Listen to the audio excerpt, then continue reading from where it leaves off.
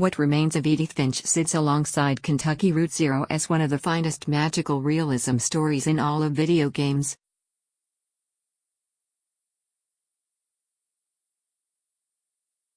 A first-person, story-driven experience akin to Gone Home and Firewatch, it tells the incredible, tragic, and constantly surprising multi-generational history of the Finch family.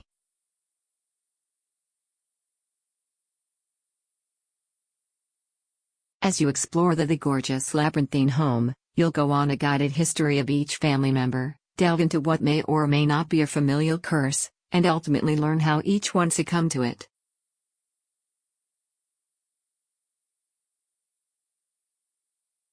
Developer Giant Sparrow, known for the Unfinished Swan, has once again created something truly special.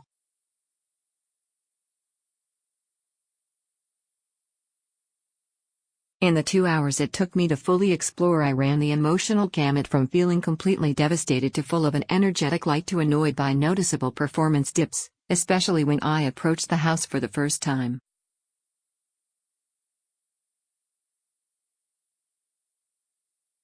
The only challenge is finding a way into each locked room of the house, generally through the use of secret passages that make the whole thing exude the charm and imagination of a pop-up book.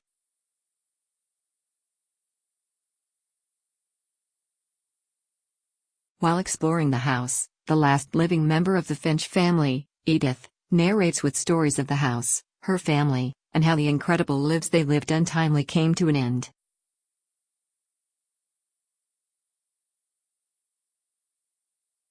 While the whole thing is pretty much devoid of any friction preventing you from progressing, there are even fewer puzzles here than in the aforementioned Gone Home. The joy of Edith Finch is in fully immersing yourself in the final moments of each Finch's life.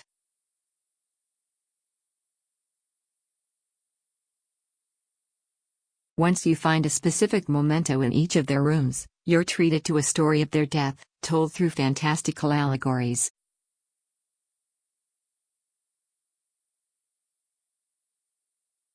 Each one is presented through a completely different gameplay experience that continually subverted my expectations.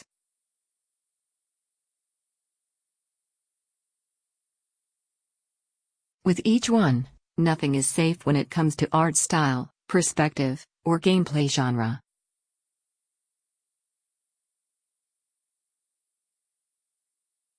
I don't want to spoil them because I got so much joy out of never knowing where the next memory would take me.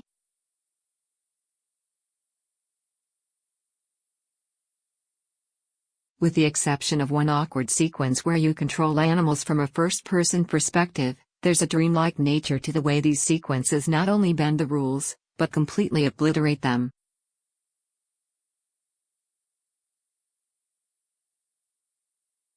While each story is ultimately about death, it's wonderful how full of life each and every tale is.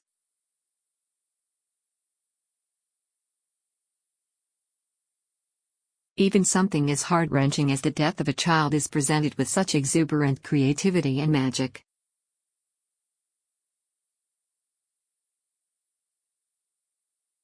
While experiencing the final moments of their lives is unquestionably tragic, the way they embrace it and welcome whatever might come next filled each story with light.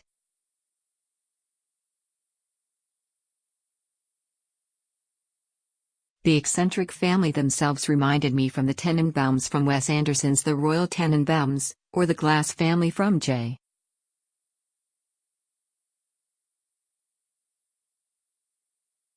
D. Salinger's various works. Learning how they were all related and how the various deaths impacted each surviving member is something that I won't soon forget.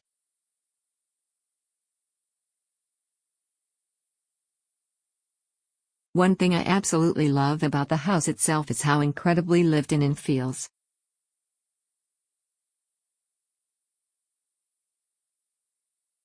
It doesn't come across as a set designed around the idea of a video game level, but rather a home that a dozen members of an impossibly creative family lived in over several generations.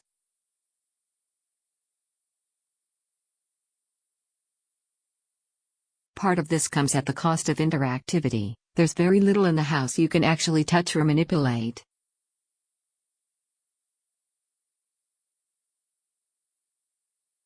Like a museum, there's a look, but don't touch policy here. But honestly, this didn't bother me given how much I enjoyed the act of meticulously looking at every beautiful detail of the world,